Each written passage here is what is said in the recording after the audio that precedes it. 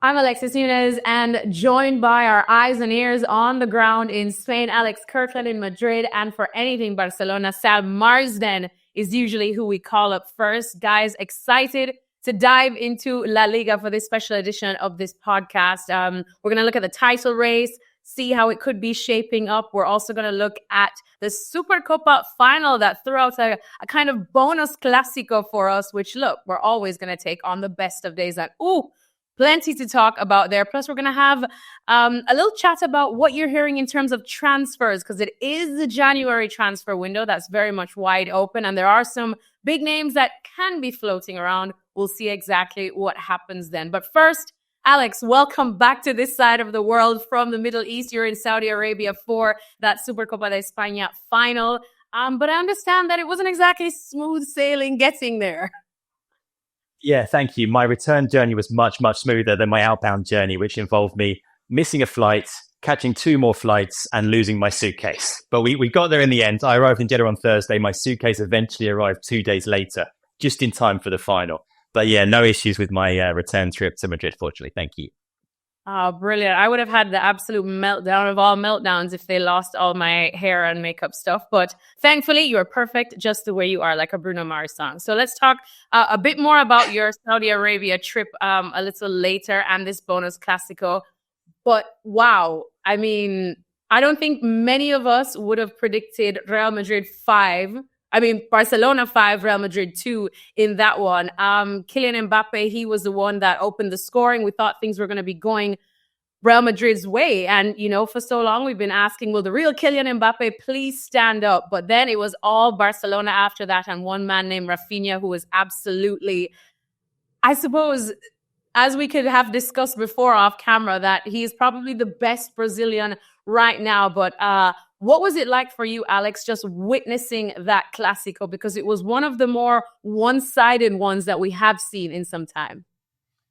Yeah, it was incredible. I think I'm a bit of a bad luck charm for Madrid, actually, because I'm not usually pitch side for these games, but I have been pitch side for a few Clásicos now. And I think every time I've been pitch side for a Clasico, Barcelona have won, and often heavily.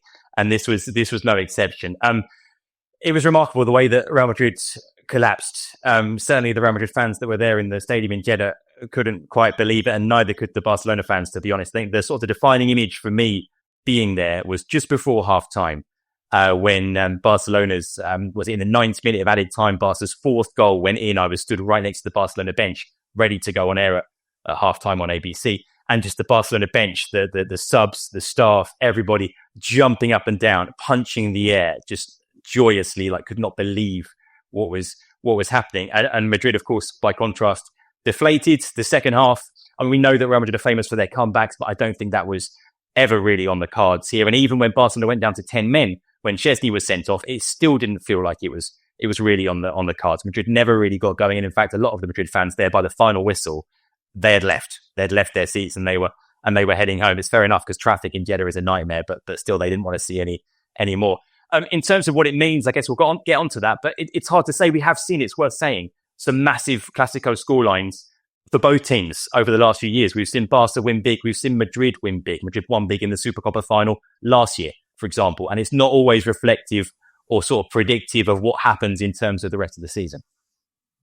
Yeah, Sam, just from the Barca perspective, how significant is this win? Because again, a Barcelona win in El Clasico, especially in a cup competition, you expect it to go Real Madrid's way one year, Barca's the next year, as we have been seeing. But it's not just that they won, it's how they won this season as well, given the firepower that Real Madrid have. Just how big of a statement was this? It's a significant win because of their recent results. They obviously started the season so well, and there'd been doubts sort of December coming into the new year. They lost to Atletico Madrid just before the winter break. So it's really significant in that sense. They really needed that win. Obviously, I think the manner of the performance, I think if you look back on the 4-0, you could perhaps look back on that and say, in the first half, it was very even. Perhaps Madrid, 4-0 flattered Barca a little bit. Whereas this time it felt like 5-2 was maybe people think it's an exaggeration to say fair, but the chances they created before the Mbappe goal, the chances they created afterwards, and perhaps if Szczesny's not sent off, perhaps they go on and score 6 or 7, who knows? So I think this was perhaps a more significant performance. You can then debate, the fact, Madrid were their system, whether they can carry on to play with the four forwards, if you include Bellingham in that line. Obviously, Lucas Vazquez at right back, Tchouaméni out of position centre-back, the lack of sort of protection in midfield. There were reasons that Barca had that space that perhaps they didn't have in some of those games when they were struggling before Christmas. But I think it was, really, really significant and important for Barca after that recent run to give them that confidence boost. And now they've beaten Madrid twice, scoring, 4 times or more. They 4 past Bayern, 3 past Borussia Dortmund. And you can there's 2 ways to look at that Atletico setback before Christmas. You could look at it in the scheme of their extended bad run, or if you sort of group it with the games that they've done well in, the big games against Dortmund, Bayern and Real Madrid. You can kind of get Flick's argument out of the game that they did play well. They were certainly unfortunate to lose it, certainly in the manner that they did. So I think they've got real sort of confidence boost now going into the second half of the season. And it's going to be interesting, I think, because I think it almost, this could spectacularly come back to haunt me, but I think it almost makes them more of a threat in the Champions League than it does in LaLiga, because they've got so much confidence now against these sort of, the teams that in the past they struggled against. They struggled so much in the Champions League when they've had to play good sides. The Madrid thing, like Alex said, has always been a little bit more unpredictable, but they look like a team that on their day can beat anyone if they sort of reserve their energy and they have Rafinha and Lamine Yamal for. It's big for Flick, isn't it, in particular, I think. And listening to him in the post-match presser, you could sort of see, I don't know if you'd say it's a relief, but the fact that, having started the season so well, they were the informed team in Spain, maybe in Europe, everyone was saying, look, Flick's the guy, this is the new sort of Barcelona project. And then having the slump they'd had in the league, where they dropped points in, 6 of the last 7 league games, Sam. I think Flick needed something like this to be able to point to, and not just Flick, but Laporta as well, who we'll speak about later, to be able to say, look, we are moving in the right direction. The way that we're playing tactically, it hasn't been found out. All the talk of the offside trap and the high line teams had worked it out. That's not the case. We can still play the way we want to play and be the very best. So I think the team needed it and Flick needed it as well. And interesting to listen to him afterwards. He's quite a laid back character. Sam would have listened to a lot more of his pressers than I have, but he wasn't getting too carried away. He just sort of stuck to congratulating the players, talked about being proud, but he wouldn't. There was an underlying feeling that, look, it's a trophy, but it's the Super Cup.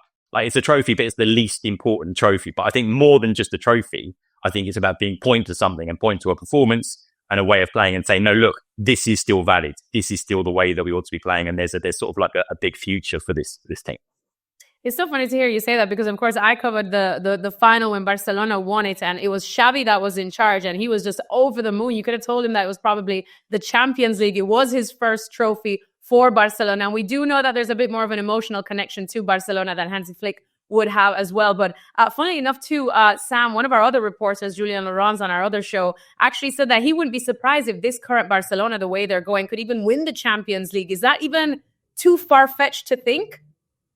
Yeah, I spoke about this the other day as well on another podcast, and I don't think it is too far-stretched to think. Obviously you've got the draw, you've got moments of the season, you need a little bit of luck in one of the games probably. But like I said, I think that if things fall into place, if they get, you probably do need a favourable draw at some point. You might need a little bit of luck, a refereeing decision, or, not a Ralpo to pull down a PSG player, or certain things to not happen in games. And yeah, at the moment, you're looking across Europe and they've already beaten Bayern Munich, who are the leaders in Germany. They've, absolutely battered Real Madrid twice, who are not leading in Spain, but obviously the standout Champions League team in recent years. You're looking at teams in England who are all struggling apart from Liverpool. You're perhaps looking at Liverpool as the strongest team, perhaps maybe a team like Inter, who are sound defensively, will perhaps pose a few more problems. But you're looking at Barcelona, I think, with the right run, with a little bit of luck, with players staying fit, they could easily go very, very far in the Champions League. It's the first time I've probably thought in a long time. I thought the draw opened up a little bit for them last year, but there was still that sort of doubt because of how they were playing in the league, whether they could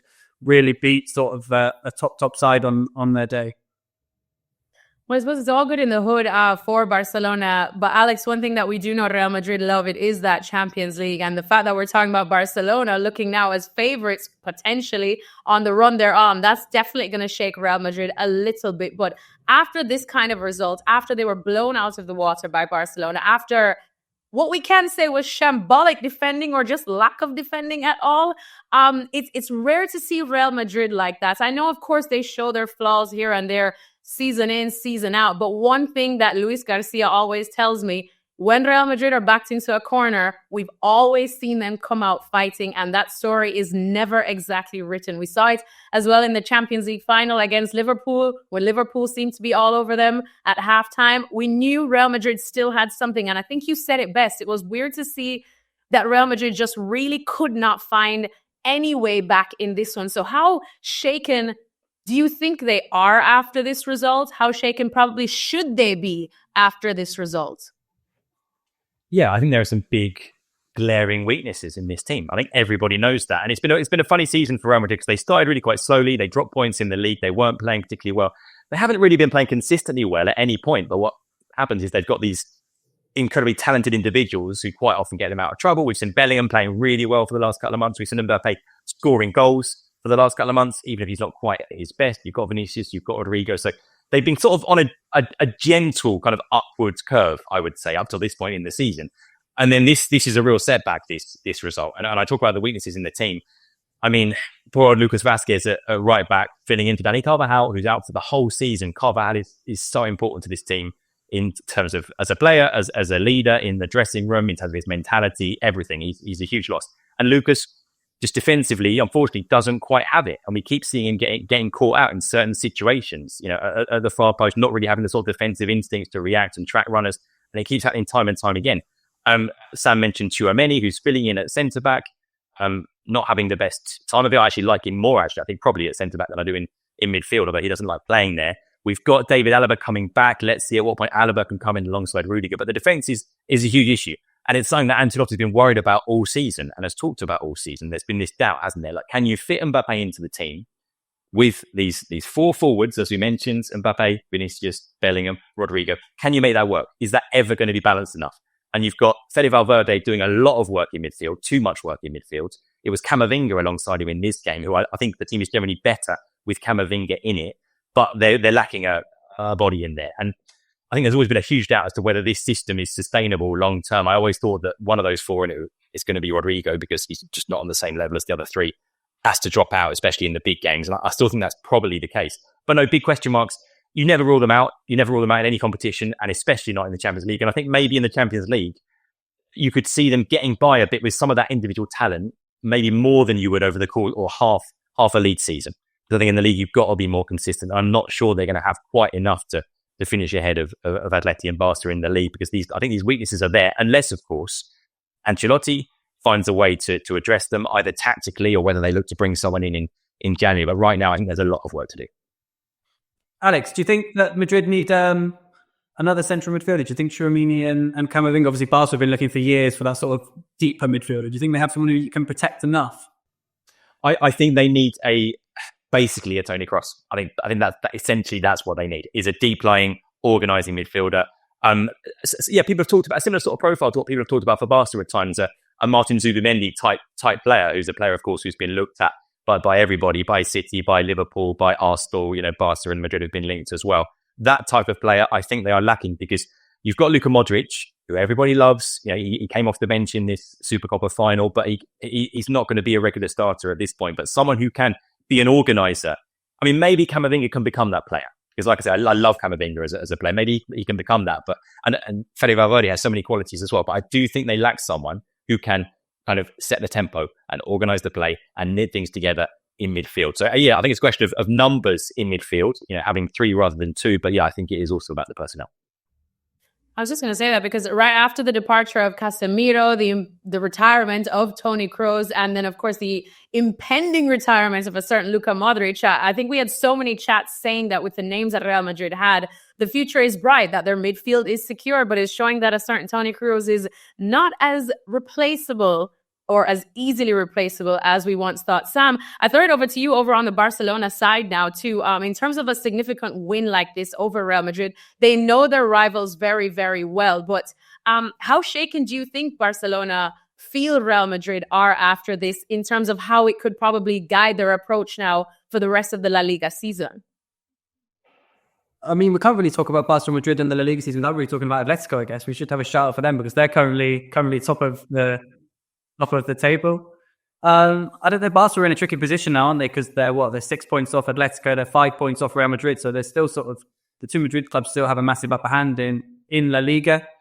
That's why I think more than anything, like I said before, I think what it gives Barca is that confidence. This is a young group of players in the Supercopa squad. Obviously, not all able to play because guys like Marc Banal traveled who was injured, but they had 15 players from the Masia, 7 featured in the game. You know, in midfield you've got Gavi, Pedri's obviously not from La Masia, but another youngster, Marc Gasol, Lamine Yamal, Pau Kubasi, Alejandro Balde. It's such a young team.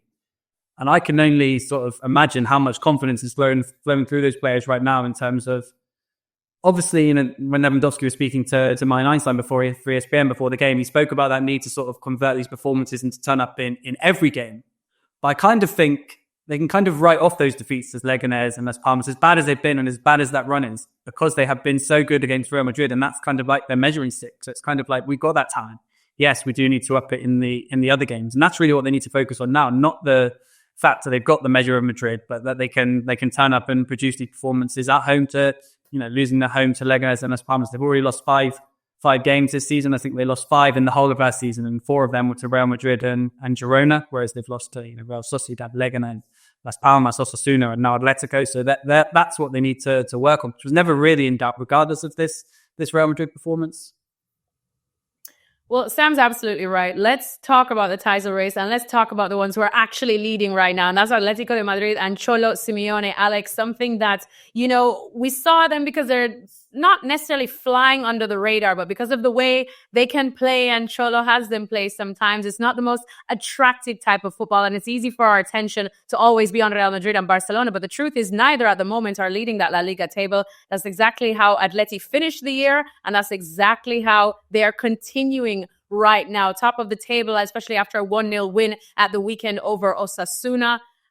They're looking like the real deal. We kind of keep expecting them to drop off, but it's not happened yet. We're entering the business end of the La Liga season. I know it's only 1 point ahead of Real Madrid, and people like to say it is easier to chase than it is to lead. But Atleti, are they looking like the real deal in this title race? I think they put themselves in a position to go on and win the league, potentially. Talk about going them under the radar. I think that's exactly where Simeone likes them to be. He doesn't like any talk of a title race. In fact, some of the players were saying that to ESPN before Christmas, like, you know, he doesn't let us talk about it. It's not a topic of conversation. He's banned basically at the training ground, but they're there. And I think, I mean, Simeone's talked about this a lot, about how they have to basically wait for a season when Madrid are a little bit off and Barca are a little bit off, and that's their opportunity and they have to take it. And maybe that's what we're seeing this year, because, well, clearly Barca, with the points they've dropped in the league already, you know, that they've done that. They've given Atleti this opportunity, and Madrid now, again, are having a bit of a wobble. So the opportunity's there. They've been growing as a team. I think Simeone has basically sort of found this team along the way, because at the start of the season, it wasn't clear to me the sort of shape that Simeone wanted, the personnel as well, because, yeah, it was changing from game to game between Griezmann and Sorloth and Julian. It kept switching around, but they've sort of found a system and an 11 now that works, and they're getting results. And they've got so much talent. I mean, any team with Griezmann and Julian Alvarez up front, you've got a chance. And when you've got Sorloth coming off the bench and scoring goals with the kind of frequency that he's doing, it's massive. You know, people talk about their squad being maybe the strongest Atletico Madrid squad ever. And you look at it, they haven't got the strongest 11 necessarily compared to Madrid and Barca, but you look at the squad overall, and they've got a lot of talent, you know, 2 players in each position. So I think they've got a chance. Now we've said this before, we've had this conversation before at this stage of the season, and generally they fall away. Generally they can't maintain it. But of course, you know, they've done it twice in the Simeone era. They've gone on and won the league, and there's no reason they couldn't do it this year. Like I said, I think right now they are where they want to be. A lot has to fall in their favour between now and the end of the season, but yeah, they could do it, of course. Sam, what are you thinking? Is this going to be a case of probably a slow and steady, and maybe a Cholo-style football could win the race, as opposed to just blowing teams out of the water that Real Madrid and Barcelona usually have done when they have, gone on to win the title? Yeah, I think we're going to see a genuine 3-horse race now. I think Simeone spoke about in Alex's piece about needing those 2 teams to drop off a little bit. And Real Madrid, not so much this season. They've obviously lost games in the Champions League and to Barca. They've not dropped so many points in La Liga, certainly not lost games anyway, apart from the Athletic and the Clasico.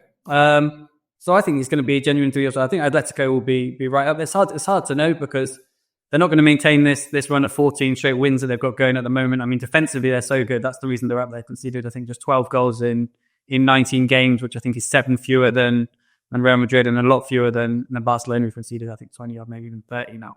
So that's going to be key. Obviously, Robin Normand has come back. They're really good at the back. It's obviously a cop-out, but obviously once you get to March and we sort of know a little bit more what's happening about, if Madrid and Atletico are currently outside the top 8 in the Champions League, if they're having to manage more Champions League games than Barca, could that open sort of a window for Barca? These sort of things, Copa del Rey runs, if teams go deep in the Copa del Rey, you could end up with a situation where in the semi-final you've got 2 legs of a Madrid derby or a Clasico, which could sort of boost Atletico or one of the other teams in the title race. So I think it's going to come down to little details like that. If Barca go in far in the Champions League and are 6 points behind, perhaps they end up chucking a few league games. At the moment, I'd say the table doesn't lie. The 2 Madrid teams are massive favourites. I probably think Madrid just have the edge. I think the attacking talent they've got will help them win more games. Atletico haven't scored as many goals, but they are scoring late goals. They're managing the squad well. It's going to be really, really interesting. Much more interesting than I thought it would be at the start of the season. I think what we can say is if Atleti don't go on and challenge at least challenge, it's a huge missed opportunity. If they don't now, if they can't go on and really, really have a good go this season with big questions about both of the other 2, when can they, Exactly, because they've definitely put themselves in a really good position. And just looking at the games that they do have left against each other in La Liga this season, we have the Madrid derby coming up 9th of February. You have Atleti versus Barca. Atleti this time hosting Barcelona. They got the better of Barcelona and just snatched that victory right before the winter break. That one's coming up in March. And then we know El Clasico is 11th of May for the moment. That's just a few days after my birthday. So will be a festive season. In terms of the crucial ones, by the time it's May rolling around, we tend to already have a clear idea of who's going to win. So, Alex, of all these matchups coming up between the 3 sides, which ones do you see as the true defining ones? I mean, you picked out that Madrid derby, which is not too far off at all. I think if Atletico win that derby, I think that's when it gets serious. That's when you could even go and say that they're favourites for the title if they win. Like you say, that by the time the Clasico comes around in May, that's a little bit late, but that would be a pretty serious statement if they could beat Madrid in the derby. Sam, you too? Yeah, because it's obviously the first one as well, and perhaps the fact that they're the top 2 at the moment, that one's absolutely huge at the moment. The other thing is Barca do kind of have, in theory, they've played 11 away games and 8 home games, so in theory they've got a more sort of favourable run in. They've got the teams coming to them, but they've actually been worse at home than away, so it kind of destroys the theory a little bit as well. Exactly. All right. Well, I'm sure that's probably something that Joan Laporta didn't want to hear, knowing that it will be a showdown between the 2 Madrid teams for the title. But he's already got some silverware so far. This is Tuesday when we're recording, so I believe he has just spoken to the media. Sam, what did we learn from one of his epically long conversations? Yeah, another 2 hours of Joan Laporta. Just the usual stuff, really. The press conference was to sort of address the whole situation which has happened with Dani Olmo and Pau Victor over the cancelling of their registrations and then them being re-registered via an appeal to Spain's sports ministry. He basically just accused sort of the whole situation. He didn't really sort of specifically say that it's a campaign against the club by LaLiga and the federation, but enemies of the club are sort of behind everything that's gone on over the last 2 weeks, and nothing has surprised him, etc., etc. He explained that the club had done everything within time, in his opinion, to get the 2 players registered. He explained, details about the Nike deal, about the sale of the VIP seats in the Camp Nou when it's renovated, etc., which get them back within La Liga's financial parameters to be able to register the players and to be able to sign players moving forward in the future. La Liga and the Federation obviously said that final documentation arrived too late on January the 3rd. The deadline was December the 31st, and that's where we're at the moment. But the players are playing, Laporta's swinging for his enemies. I guess the one disappointment was, and maybe I'm wrong, maybe there is no element of self-responsibility or self-criticism here, but to let it run to that point anyway, even if everything that he says is true, it would have been nice for him to say, look, we ran it a little bit too late this time, but we didn't get any of that from Joan Laporta. There was not a single ounce of mea culpa. We could have done things a little bit better. He said we've managed everything well, but yeah, I can't quite get down with all of that. But yes, Gordon's I guess it's going to run over the next couple of months. Probably not the ferocity we've seen over the last couple of weeks with the appeals and counter appeals, but it's not completely settled just yet. And we have a situation where in a couple of months, the CSD, the sports ministry, could in the end side with La Liga and the Federation, and we end up where for the last couple of months of the season, Olmo and Victor aren't registered. Why play mea culpa when you can play financial gymnastics, right? Come on. We leave it to Barcelona to always make things exciting for us. I suppose we will see exactly how this can affect their movements in this January transfer window. That's exactly where I want to go right now, because Alex, it's not often that we get excited for big names signing for big clubs in January, but there is potentially a big transfer that could be on the way to shock Real Madrid with Trent Alexander-Arnold from Liverpool, heavily linked with a move to the Santiago Bernabeu. What's the latest there? What's the likelihood of it happening, especially now in January? Yeah, it's worth saying there is increased pressure on Madrid to act now in the January transfer window after this result in the Supercopa, because of course a natural reaction to that is to look and say the team's not good enough, the team needs strengthening. Now, that was probably the case already, but I guess this is more evidence in that regard. I don't think the Trent situation is done and dusted yet. Of course, we know that Madrid's made an approach right at the start of the January transfer window, which of course sort of dismissed out of hand, but I don't think that's the end of it. I think that there's a pretty established kind of playbook as far as the steps that you take in situations like this. When you want a player, Madrid want Trent. They know that he's going to be out of contract in the summer. Ideally, they would like him to come sooner because, yes, there's a weakness there. I talked about right back being a massive issue in this team with Carvajal being out. So they would love him to come sooner. The question is, can you kind of manipulate the situation in a way that makes that happen in terms of putting pressure on Liverpool, offering them some money? Is it ever going to be enough to tempt them? Probably not, but I think they're going to try. I think Madrid will keep trying right until the end of the window if they can, because they know that, look, this is a player that they think they're confident about getting in the summer anyway. If they can get it done now to help the team right now, even better. So I think there's more to come from that. I think it's not over. I think there's more to come right up until the last day of the window. Would it happen? I would still tend to think probably not, because like I say, I don't see any circumstance in which it's advantageous to Liverpool to let him go at this stage of the season, even if there is some money involved. I think it would take so much money that Madrid would never offer that much. So I don't think it happens. But yeah, there's pressure on Madrid to strengthen the squad, because you can't get beaten 5-2 by Barca and not react in some way. And look, Ancelotti has wanted to strengthen the squad for ages. He wanted more signings last summer. He thought there was a weakness in defence last summer, and the club in the end, remember, they were linked with Lenny Yoro, who ended up going to United instead, and then they basically walked away and said, well, okay, if we can't get our top target, we're not going to get our number 2 target. So at that point, Ancelotti wanted a centre-back, and that's still the case. So he has been consistent in pushing for defensive signings in particular. The problem is Madrid don't like the January transfer window. They don't like any sort of emergency kind of rushed short-term signing. Everything is sort of part of a plan, a strategy, long-term targets. It's all sort of slow cooked.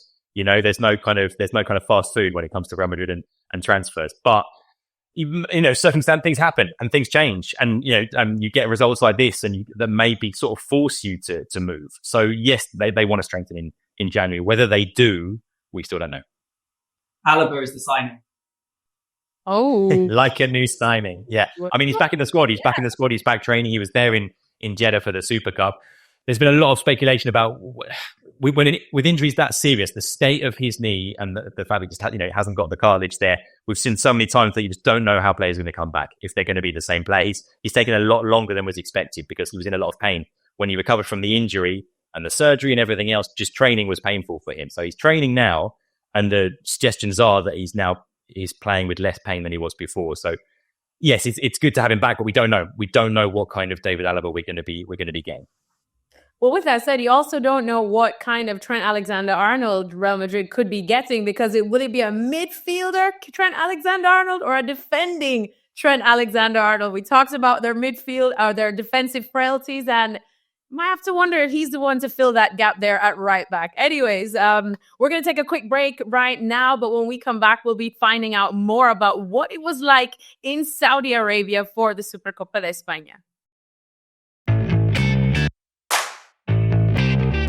All right, we're back with the Football Reporters podcast. Alexis Nunes with Alex Kirkland and Sam Marsden here. I want to talk about Saudi Arabia because, Alex, I know you've been writing about it. You're freshly back. You need a siesta or two, which we're going to let you take in a little bit. But let's just take it back, because I think all of us have been there for the Supercopa de España. It's been an interesting one, especially for the Spanish fans to be going over there all the way to the Middle East. This is the 4th consecutive year that the Spanish FA has decided to host it there. I've been to Riyadh twice already.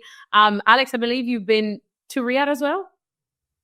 I had a very brief stop in Riyadh's airport this time on my way to Jeddah, sprinting between one terminal and another, but that was about it.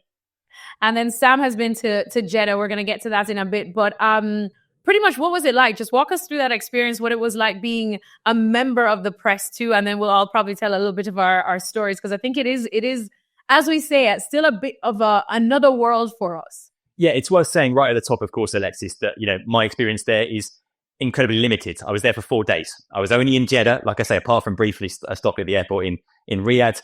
In terms of what I could see, again, quite limited because we're there for work. We're very busy. Spent most of my time at the stadium, the rest of the time at the hotel. Got to do a bit of exploring on the day of the final. But that's about it. So it's just very important to flag that up right now. And of course, my experience there, and the same for you guys, is very different to the experience there of the Saudi people and people that spend more time there. So let's say that right at the top. Like you say, the Supercopa has been played there 4 times now, so this is nothing new. In terms of this edition and this final, it just underlines for me that this is the whole point of this project. This is why it happened, and this is exactly what the Federation and what the Saudis want. They want a Clasico, and they want a competitive Clasico with a trophy on the line, not just a friendly. That's sort of the whole raison d'etre of this whole enterprise. So that's what they got. They got a brilliant final, a really exciting final, and that's lucrative for everybody involved. And this is a very lucrative project for the Federation. It brings in something like 40 million euros a year, this deal. It's a contract until 2029. That's not going to change. I think that's been made quite clear despite all the changes at the Federation. There's no suggestion that they're going to sort of walk away from this deal because financially, they just can't. This is not a financial sort of package that they're going to get anywhere else. And in terms of the Saudi authorities, again, it's part of a much wider program that we're seeing of them bringing these sporting events to Saudi. In terms of the experience, I mean, it's kind of a mix, really. A lot of things work really well. The stadium there in Jeddah is an incredible venue. A lot of the logistics works really well. There are some things that are very difficult. I mentioned earlier in the pod, the traffic in Jeddah.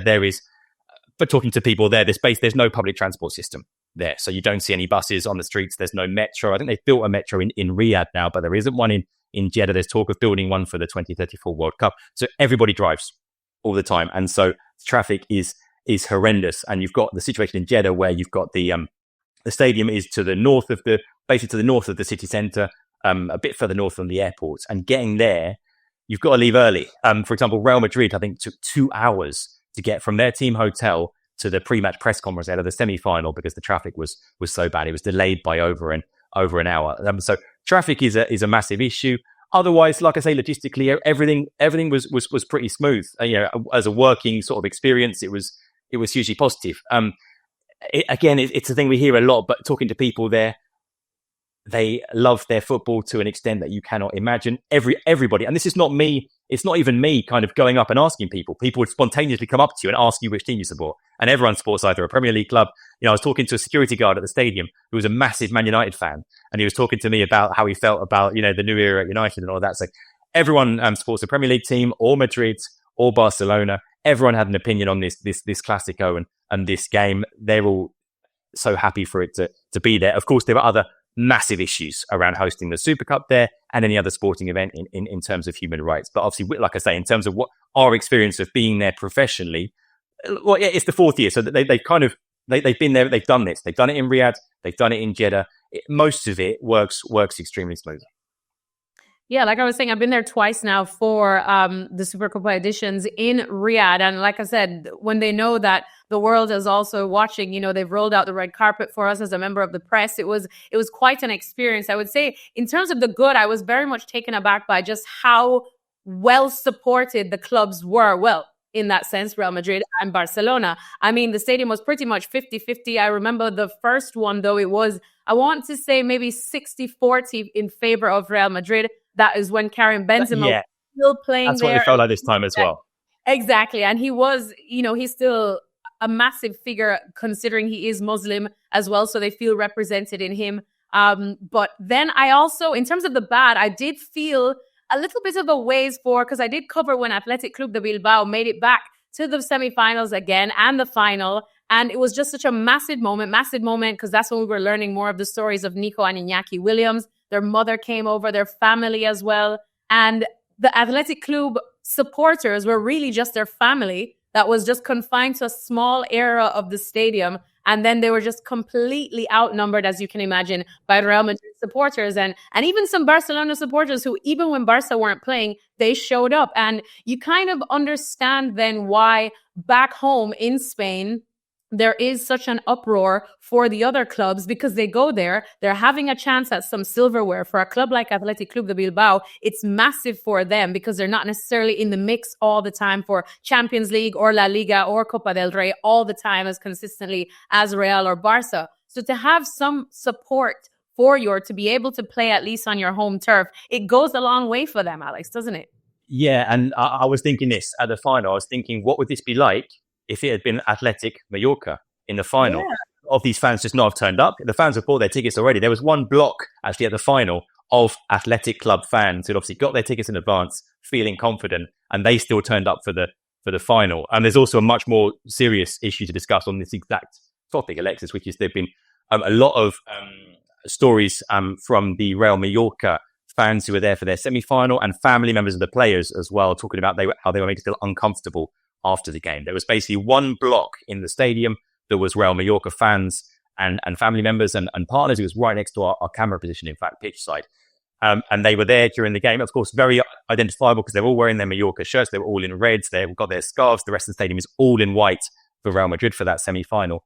And a couple of the players' partners in particular talked about being made to feel uncomfortable after the game, leaving the stadium on their way to their bus. They talked about being sort of harassed by fans, people sort of jeering them, taking pictures of them without their consent. There were some claims that they were touched without their consent as well. And of course, that is very, very serious. That anyone is made to feel uncomfortable as a part of this experience is obviously just not acceptable. Now, the Federation, and Mallorca complained about this to the Federation. The Federation said they would look into this and they would be looking to implement measures. It surprises me that there was no degree, because there's a lot of security. You guys would have seen this all around this entire project. There's a huge amount of security around the stadium. You go through 6 or 7 checkpoints just to get to the stadium. It surprises me that after the game, there wasn't security provided by the Federation for this group of Mallorca friends and family members and fans, just to get them from the stadium to the bus. You also understand why, for the locals there, seeing this sort of group of Mallorca fans, of course, it's gonna catch the eye because, like I say, they're so obviously identifiably Mallorca fans because of how they're dressed, and there's a sort of curiosity there. That's fine. Of course, if it steps over into harassment and people feeling uncomfortable, that's completely unacceptable, and that's something that cannot happen. And that's the one element of this that left a bit of a bitter taste for them and for everyone, because I think if you're, as you say, if you're bringing this competition, if you're going to bring it outside of Spain, and if you're going to take it to Saudi Arabia, the one thing even if the bottom line is what the Federation and the Saudis want is a Clasico, that's what they want. We all know that. You've got to make sure that the other clubs involved are made to feel equal participants and welcome and looked after and safe. They don't get as much money financially either. It's Madrid and Barca who get the majority of the cash from this, and the other clubs get less. There was a gesture from the 2 big clubs giving some money, for example, to Mallorca to increase their take from this. But it's not just about the money. It's also about feeling welcome, feeling safe. And that's absolutely fundamental, I think. Yeah, it was an interesting experience because even when a few Supercopas ago, when we got an El Clasico in the semi-final instead of the final, I believe it was Athletic Club de Bilbao that defeated Atletico de Madrid to make it back to the final of the Supercopa. When Athletic Club won that game, to make it back to a final was a huge moment for them, huge moment as well for the Williams brothers. I remember they went into the stands to celebrate with their mom. Obviously, Iñaki, I believe, had his shirt off. Coming back, security didn't want to let him onto the pitch because they just simply did not know who this club was, who the players were.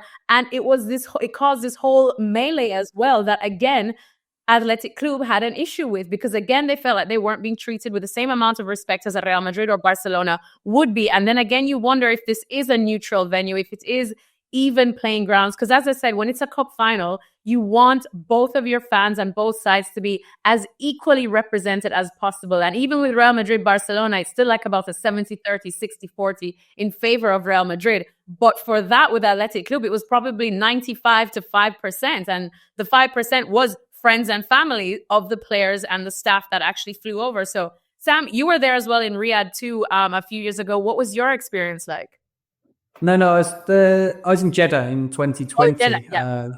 I think it was the first year of the Supercopa being in Saudi Arabia. But yeah, not too much to add from what Alex has said. Like you say, you're sort of there for 4 or 5 days. You're sort of whisked around for the press conferences, which are in the city at the local club's training facilities, and then the stadium, which is out of town. And yeah, overriding memory is lots of traffic, lots of delays in terms of, like Alex said, with Madrid. I think pretty much every press conference was delayed with the teams getting from the hotels to the training ground. So that's sort of the overriding memories. Not too many sort of things to add from what Alex said. And yeah, just like you say about the draw. I think for the first few years when it went to this 4-team format, they kind of tinkered with the draw to try and ensure we got that Real Madrid Barcelona final, and they kept losing in the semi-final. That first year, Barca lost to Atletico Madrid, and then Valverde was sacked, and then you said I think they ended up being a Clasico semi-final, and then they've got it for the last 3 years now. We've had a Clasico final. They've actually stumbled upon an actual format now whereby the winners of the league and the winners of the cup play the runners-up of the opposite competitions, whereas before they tried draws, they tried all different things to try and ensure the Clasico final. So you can see why other teams would be irritated by stuff like that as well. It's quite sort of clear what's going on in terms of the distribution of the money and the way they've done the draw and stuff in the past. But it is also, like you say, being there is exactly what everyone wants out there. Like, I can't imagine what it would have been like Alex said, if it had been a Mallorca Athletic final, what the sort of atmosphere and sort of noise around the stadium would have been. So for them to have Barca Madrid, it's been good for the last 3 years. And the winners in the last 3 years have all gone on to win the LaLiga as well, to go back to the LaLiga, who's going to win the LaLiga title debate, although Barca have got a little bit of work to do. Oh, well, that would make things very interesting in this current title race. But final question just on Saudi, Alex, since you're fresh from there right now. I know it's still pretty much about a decade away from them hosting the World Cup in 2034, but any signs of starting to prepare there? Because we just think of, for example, when it was awarded to Qatar and how even up to the 11th hour, there was still so much preparation that needed to be done. And just from hearing this and from covering the Supercopa de España in Saudi Arabia for the last couple of years, you're just wondering how and when they will be able to get this right for a tournament with the magnitude of the FIFA World Cup.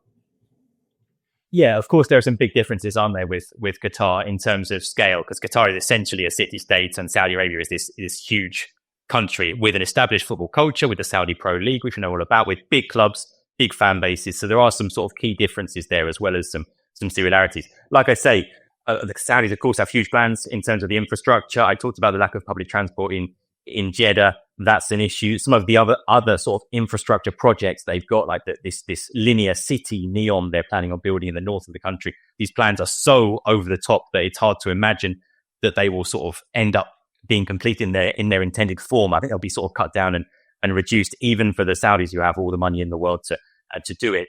So there's a long way to go in that sense. But look, this has been going on for a few years now, hasn't it? You've got the establishment of the Saudi Pro League, of these clubs sort of building up the footballing culture there as well. And like you say, they've got a decade to do it. I'm talking to people there. Again, I was talking to some local journalists there, talking to fans as well. Of course, they are all beyond excited about the World Cup coming.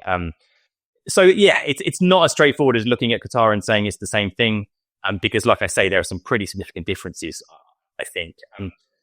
And it's a country that in a lot of ways, you look at it in terms of, of course, the Middle East, just like anywhere else in the world, can bid for a World Cup and host a World Cup. And it's a big country and they've got the money to do it. Like I say, there are huge question marks there on all sorts of other issues around human rights and the rights of women and workers' rights and those sorts of things as well.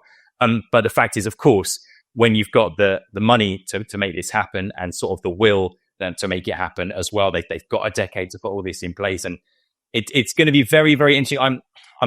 If I get to go back at some point to Jeddah, I'll be fascinated to see what's changed since I was there. Visiting it's got a small kind of historic centre, Jeddah, and we were there on the day of the final, and all of that was basically under construction in the sense that they had sort of fenced off all of these historic buildings, and it says Ministry of Culture, and they're basically sort of. I guess for a long time, it's been allowed to sort of crumble. And now with the World Cup in mind, with increased tourism in mind, they are looking to protect all of these tourist areas and protect them and rebuild. But it's in the very early stages. So you walk around the historic centre of Jeddah right now, and like I say, half of it is sort of fenced off and boarded up. but you can see they've got the pictures there of what they think it's going to look like, and then that's going to take some time. So all of that work is ongoing. There's a lot of work to do, but like I say, when you've got the money that they've got and you've got the ability to make these things happen, then yeah, it's going to happen. But I'll be intrigued to see if I do get to go back and what a difference there is in a year's time or 2 years' time or 5 years' time, or indeed in 2034. Yeah, definitely. Still some ways to go. But right now we have time for one more break. But when we come back, we'll be talking about a trio of Americans who have found their way in the ranks of La Masia at Barcelona. So don't go anywhere. Welcome back to the Football Reporters. Very interesting story that you could find on ESPN.com. This is also an interview done by our Luis Garcia, who loves his sangria. We know that for a fact, but he also caught up with 3 very special players from the United States who now form part of Barcelona's iconic La Masia Academy. Sam, I'm going to come to you on this one because I know you have written about this as well. Anyone who wants to see the interview, it is across our ESPN platforms. You can also find it on our ESPN FC YouTube channel in its entirety. But amazing stories from them, Sam. And I feel like everyone stateside is finding a reason to get excited about this. Now, I know it's still a long transition to go from any academy to actually make it to that club's senior team, and then to let alone be a consistent starter at that club. But tell us a bit more about them, who they are, and their story. Yeah, well, I think first of all, it's just, remarkable from an American point of view that we have 3 Americans born within 6 months of each other, all playing for Barca's. Well, 2 of them play for Barca's second team, who play in the 3rd tier of Spanish football, and one of them might be playing for the second team, but he's just come back from a long injury and is back with the under-19s at the moment. So we've got Diego Kirkland, who is a goalkeeper who is perhaps the furthest along in terms of his development, which I guess is strange, really, because usually a goalkeeper would take longer to sort of break through and sort of be associated with the first team. And perhaps younger players come through. Sometimes outfield players a bit quicker, but we've got Kirkland, who's been regularly involved with the first team. He's also been called up by Pochettino to American training camps. He's not made a senior debut yet, but he's been in and around the senior camp. He was with the first team with Barca quite a lot last year and is currently playing for Barca Athletic. So he was on the bench a lot last year, but the decision was made for him to go with the second team this year to get minutes. Which makes sense at that sort of age. And he's in the second team with a guy called Pedro Soma, who signed in the summer from Cornellà, a small club in Catalonia. He's a midfielder. And then the third one is Adrian Gil Simons, who is also a midfielder, currently playing sort of a right back. He's the one that's just come back from injury. But like I say, it's just even beyond the fact whether these guys are going to be superstars or greats for the US, I think it's just a cool story, especially when you look at some of the sort of links. So Kirkland and Sommer actually played against each other in Miami before they moved to Barcelona. So they were on rival teams playing against each other in Miami.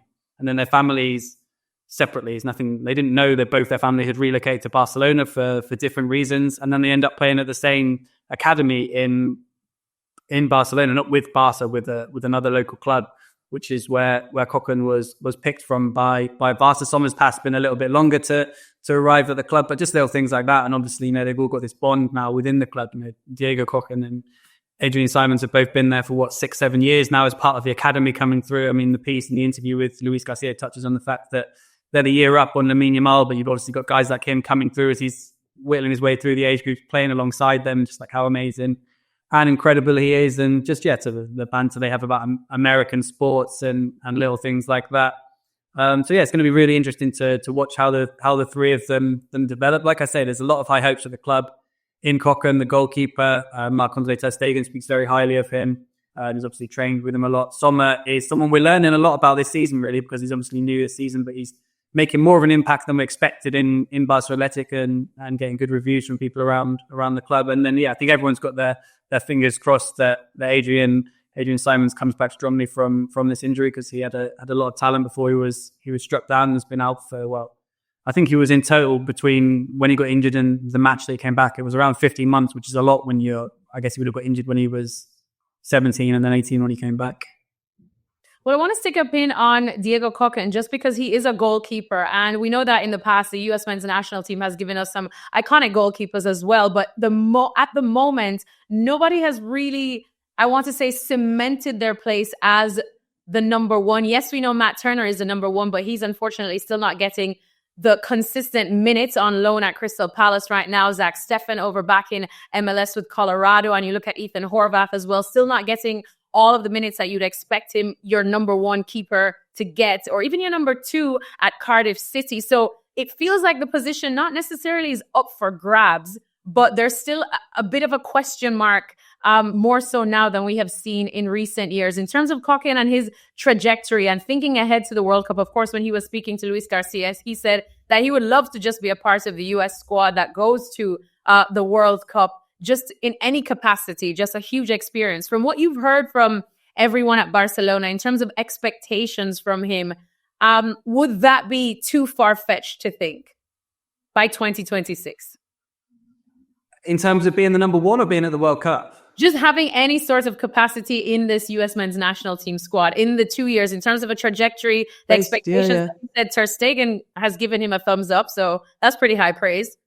I absolutely, right now, and look, I don't have depth of knowledge about any other young American goalkeepers coming through. Obviously, the guys that you've touched on, I've known who've played in European football and stuff, and seeing, Turner, Steffen, etc. But it feels like in the medium term, if not right now, the gloves are there to be taken. And Koken is perhaps he's seen as one of the outstanding young goalkeepers at Barcelona. So obviously that's the case in the US as well. And I think it's quite significant that Pochettino's taken him to two camps at his age when he's not made a competitive debut for Barca. He did play a friendly for the first team, but he's just playing for the second team in the third division. I think what would have to happen for him to be part of the squad is he probably has to, at the end of this season, so the season before the World Cup, he probably has to be playing in the top division somewhere. I don't know if perhaps in the second division in Spain would be enough if Barca went up, or if he'd probably have to be looking at a loan to be the number one. But I think in terms of being involved in the squad, I would absolutely right now see him as being well placed to be one of the three goalkeepers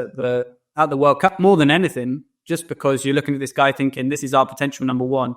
How cool would it be for him to have that experience of being in and around the camp at a World Cup in 2026, a home World Cup, and to be part of that group? I think he can absolutely take a third goalkeeper in that sense. So if I had to say yes or no right now, I imagine that he will be part of that squad in 2026. Oh, you heard it here first from Sam Marsden. Love that. I'm sure he'll be very excited. He did definitely seem like he has a good head on his shoulders. But I suppose time will tell. Still some time to go and learn. Alex, I'm sure everyone in Madrid is sick to hear us all talking about La Masia 24/7. Well, how are things there in terms of Real Madrid's academy? Well, look, it's so hard to make it through to the first team. I mean, it's hard to make it to the first team anywhere, but especially these top clubs, right? Especially in Madrid. And people have talked about this a lot. People say, why don't you get so many academy products in the Real Madrid first team compared to the Barca first team? And I guess there's a lot of reasons for that. But nonetheless, the Real Madrid academy is incredibly productive. Look around the first division in Spain, first division, second division. It's full of Real Madrid academy players. So even if they don't make it to the first team with Madrid, they do go on to have big careers elsewhere. The only thing I would say as well is that you've got to be so careful with youth development, because I've spent a lot of time watching Madrid's academy over the years, and I can't tell you how many times I've got really excited about a young player thinking, this is going to be the guy, this is the next superstar. And then for one reason or another, they don't make it. Whether it's injuries, it's often just that development isn't linear. And it's often the guys that you don't even expect who make it right the way through. I could point to a couple in Real Madrid's first team. Someone like Lucas Vazquez. I used to watch him playing for Castilla, the B team. Didn't think he was all that. And now he's won, goodness knows how many Champions Leagues and proved me completely wrong. So yeah, it's very, very hard to predict. But the one thing about these Barca guys is, as Sam has pointed out, they're quite a long way down that process. They're close. They're playing for the second team already. This is not taking sort of 12 or 13 or 14-year-olds and saying they might make it. These guys are right on the brink already. Yeah, I remember doing an academy piece with Manchester United about 4 years ago or so, or 3 years ago, and speaking to Nicky Butt and asking him exactly how hard it is to get someone from the academy, from when you scout them, to actually be a part of the Manchester United 11. And he said it is absolute gold dust when you can do that with someone. That's few and far between, because keeping them on that right path to then play for a club like Barcelona, like Real Madrid, like Manchester United is definitely a lot easier said than done. But at least these three Americans definitely seem to be in the right place and at the right time as they get to grow together. Well, that's going to bring us to the end of this edition of the Football Reporters. Thank you so much to Alex Kirkland, who deserves the biggest siesta of all after this. Alex, you're going to get it, right? Thank you. Are you going to get the siesta? I've got time. I think I've got time now. If we wrap it up now, I've got time for a quick siesta, yeah. He's basically like, hurry up, let's cut the show. Sam Marsden, thank you so much. You know what? You deserve a siesta as well. And I probably will get one too later on. But for now, that's it for us on this edition. You can catch more of LaLiga and you can see us across ESPN's platforms. LaLiga, if you're in the USA, is on ESPN Plus all season long. Make sure to catch every single game. And next week, Mark Ogden will be back with Rob Dawson and James Ollie for a fresh edition of The Football Reporters. See you again soon.